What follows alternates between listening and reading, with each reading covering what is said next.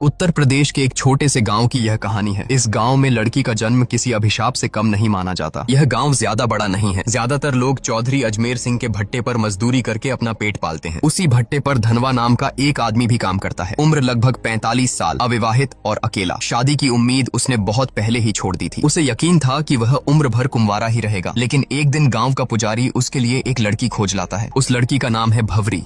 उम्र करीब 21-22 साल। गांव में लोग कहते हैं कि वह बड़ी मनहूस है। वजह भी अजीब है। अब तक उसकी 3 बार शादी तय हुई, लेकिन हर बार दूल्हा मौत के मुंह में चला गया। एक की मौत तो मंडप में ही हो गई, दूसरा रिश्ता कभी मुकाम तक पहुंचा ही नहीं, और तीसरा तो सबसे दर्दनाक, शादी के दिन ही दूल्हा घोड़े से गिरकर मर गया। भवरी की शादी में आए 5 खास लोग कहानी की असल परत खोलते हैं। पहला है चौधरी अजमेर सिंह, गाँव का सबसे बड़ा जमींदार और रोजगार दाता। दूसरा है उसका मैनेजर सौरभ, जो पहले मजदूर था लेकिन अब चौधरी का खास गुंडा बन चुका है। मजदूरों से हफ्ता वसूली करना और उन पर दबंगई दिखाना उसका काम है। तीसरा है गांव का पंडित, धर्म के नाम पर ढोंग करना, पैसों के लिए तंत्र मंत्र रचाना और औरतों की इज्जत लूटना, यही उसका असली चरित्र है। चौथा है गांव का दुकानदार, जो उधार तो देता है लेकिन बदले में औरतों के जिस्म पर बुरी नजर डालता है। और पांचवा, सबसे खतरनाक, गांव का डॉक्टर, जिसे लोग भगवान का रूप मानते हैं लेकिन असल में वह इंसानियत का सबसे बड़ा गुनहगार है। भवरी की शादी में चौधरी के 2 छोटे भाई दया और गोपाल भी मौजूद हैं। दोनों ही अपने बड़े भाई पर गुस्सा निकाल रहे हैं कि उसने धनवा की शादी इतनी जवान और खूबसूरत लड़की से कैसे होने दी। ये दोनों गांव के छठे हुए बदमाश हैं। गांव में शायद ही कोई ऐसी लड़की बची हो जिस पर उनकी गंदी नजर न पड़ी हो। शादी वाले दिन जब पूरा गांव दावत में मस्त था,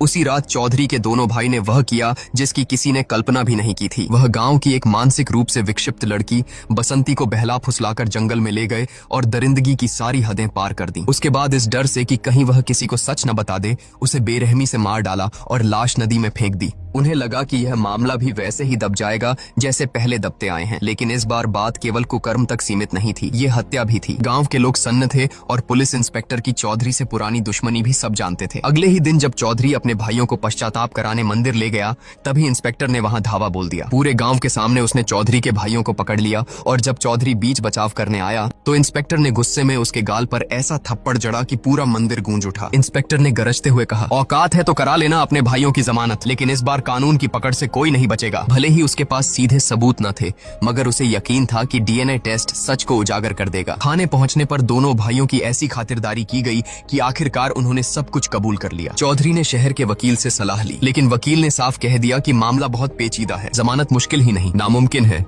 हाँ, सेटिंग की जाए तो रास्ता निकाला जा सकता है, लेकिन इसके लिए मोटी रकम चाहिए। चौधरी के पास उस वक्त पैसे नहीं थे। तभी गांव का पंडित उसकी मदद के लिए आया और बोला, चिंता मत करो चौधरी, मजदूरों की मजदूरी से पैसे काट लो। 300 मजदूर हैं, हर किसी की आधी मजदूरी रोक लो, देखते देखते रकम पूरी हो जाएगी। और हुआ भी वही, मजदूरों की आधी मजदूरी काट ली गई। मजबूरी में मजदूर काम छोड़कर भी नहीं जा सकते थे, क्योंकि आसपास दूसरा कोई भट्टा ही नहीं था। जो विरोध करता उसे धमकियां मिलती या उसकी कुंडली दिखाकर डराया जाता। गरीब मजदूरों की हालत बद से बदतर हो गई। बुधवार नाम का मजदूर अपने बीमार बेटे की दवा तक नहीं खरीद सका। आखिर उसकी पत्नी मालती को बेटे के इलाज के लिए गांव के डॉक्टर के साथ सोना पड़ा। अगले दिन धनवा खुद अपनी बकाया मजदूरी मांगने चौधरी के पास गया। चौधरी ने बेहयाई से कहा, पैसे चाहिए तो अपनी औरत को भेज दे मेरे पास, मजदूरी पूरी मिल जाएगी। यह सुनकर धनवा भड़क उठा। उसने पलटकर कहा, ठीक है चौधरी, मैं 7 दिन की मजदूरी छोड़ देता हूँ, तुम अपनी बीवी को मेरे पास भेज दो। चौधरी इस जवाब से आग बबूला हो गया। उसने अपने लठैतों से मिलकर धनवा को बुरी तरह पिटवाया। हालांकि वह बच तो गया, लेकिन बुरी तरह घायल हो गया। डॉक्टर ने पट्टियां तो कर दी, पर जांच के बहाने उससे भी वसूली की फिराक में था। घर में खाने तक के लाले पड़ गए। तभी बुधवार की पत्नी स्कूल जाने वाली बच्ची को लेकर पंडित के पास पहुंची। पंडित ने कहा, इसका इलाज पूजा पाठ से होगा, रात को अकेले मंदिर आना होगा, और वह भी सिर्फ एक वस्त्र में। जब उसने यह बात अपने पति को बताई तो उसने गुस्से में कहा, अगर पूजा से बीमारी ठीक होती तो दुनिया में डॉक्टरों की जरूरत ही न पड़ती। पंडित के मन में क्या गंदगी पल रही है, मैं सब समझता हूँ, इस ढकोसले में मत पड़ना, बच्चा अपने आप ठीक हो जाएगा। उस रात पुजारी देर तक मंदिर में इंतजार करता रहा। गाँव के लाला ने यह देखकर पंडित का मजाक उड़ाया। पंडित तिलमिला उठा। यह सुनकर डॉक्टर ने ठंडी सांस भरते हुए कहा, चिंता मत करो, अब देखना मैं क्या करता हूँ। अगले दिन डॉक्टर ने चौधरी की मदद से पंचायत बुलाई। पूरे गांव के सामने उसने हाथ में एक मेडिकल रिपोर्ट लहराई और बोला, गांव में महामारी फैलने वाली है और इस बीमारी का कारण है धनवा। लोग सन्न रह गए। बीमारी का नाम किसी ने सुना नहीं था, लेकिन रिपोर्ट देखकर सभी डर गए। गांव अनपढ़ और अंधविश्वासी था, इसलिए डॉक्टर और चौधरी का झूठ आसानी से सच मान लिया गया। भीड़ में खुसुर पुसुर होने लगी। नतीजा यही निकला कि धनवा को गाँव से बाहर निकाल दिया गया। बेचारा धनवा गाँव के बाहर एक टूटी फूटी झोपड़ी बनाकर रहने लगा। उसने भवरी को भी खुद से दूर कर दिया ताकि उसे भी ये बीमारी न लग जाए। भवरी अकेली पड़ गई। गांव में अब उसके लिए जीना और भी मुश्किल हो गया। काम की तलाश में उसने चौधरी के भट्टे का रुख किया, लेकिन वहाँ उसकी जिंदगी नरक से भी बदतर थी। मजदूरों और लठैतों की नजरें उसके जिस्म पर गिद्ध की तरह टिकी रहती। इसी दौरान मुंबई से एक जवान लड़का गाँव आया। वह मजदूरों की हालत पर डॉक्यूमेंट्री बना रहा था। उसकी देखभाल का जिम्मा भवरी को दिया गया। खाना पकाना, सफाई करना। शूटिंग पूरी होने के दिन मूसलाधार बारिश हो रही थी। लड़के को छोड़ने जाते वक्त रास्ते में दोनों भीग गए और अंधेरे में एक दूसरे से लिपट गए। भवरी को लगा कि यह पल किसी ने नहीं देखा, लेकिन सोरेन के आदमी ने उन्हें रंगे हाथों देख लिया। अगले ही दिन यह खबर आग की तरह गांव में फैल गई। पांचों बड़े रसूखदार बौखला गए। लड़के को सबके सामने बुरी तरह पिटवाया गया और पंचायत में भवरी पर आरोप लगाया गया।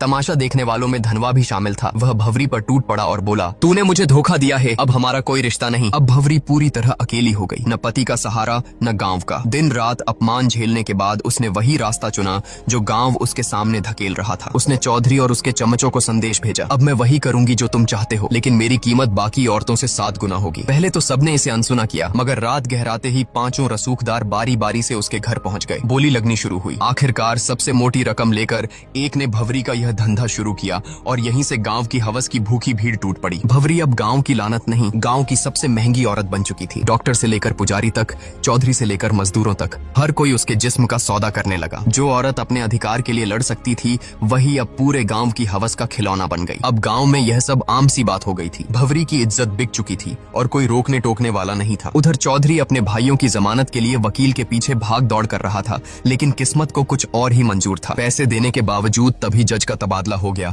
और चौधरी का पैसा डूब गया। वकील ने नया उपाय सुझाया, बसंती की दादी से समझौता करा लो, केस वापस ले लेगी। चौधरी भारी मन से दादी के पास पहुंचा, मगर वहां उसे ऐसा सच सुनने को मिला जिसने उसकी रूह तक हिला दी। दादी ने कहा, बसंती तेरी ही बेटी थी। चौधरी का दिल धक से रह गया। असल में सालों पहले उसका एक अवैध रिश्ता था और उसी से बसंती पैदा हुई थी। वह भले ही दिमागी तौर पर कमजोर थी, लेकिन खून तो चौधरी का ही था। यह सच्चाई जानकर चौधरी भीतर से टूट गया। गहरी खामोशी और तनाव ने उसकी आत्मा को ही घेर लिया। वह किसी से बात नहीं करता, हर वक्त गुमसुम बैठा रहता और आखिरकार मानसिक दबाव से उसकी मौत हो गई। किसी को समझ ही नहीं आया कि चौधरी जैसे ताकतवर आदमी का अंत ऐसे कैसे हो गया। लेकिन चौधरी की मौत के बाद भी गांव की गंदगी बंद नहीं हुई। इसी बीच डॉक्टर की बेटी भी बीमार पड़ गई। गुपचुप इलाज कराने पर पता चला कि उसे एड्स हो गया है। गुस्से में डॉक्टर उसे मारता पीटता रहा और पूछता रहा कि किससे मुंह काला किया। लड़की ने बताया कि उसका अफेयर डॉक्टर के असिस्टेंट मनु से था। जब मनु की पिटाई हुई तो उसने कबूल किया कि वह भवरी के पास भी जाता था। यह नाम सुनते ही डॉक्टर का चेहरा जर्द पड़ गया। उसे याद आया कि वह भी भवरी के पास कई बार जा चुका है, यानी कि भवरी अब मौत की वजह बन चुकी थी। धीरे धीरे पूरे गांव में मौतों का सिलसिला शुरू हो गया। औरतें हों या मर्द,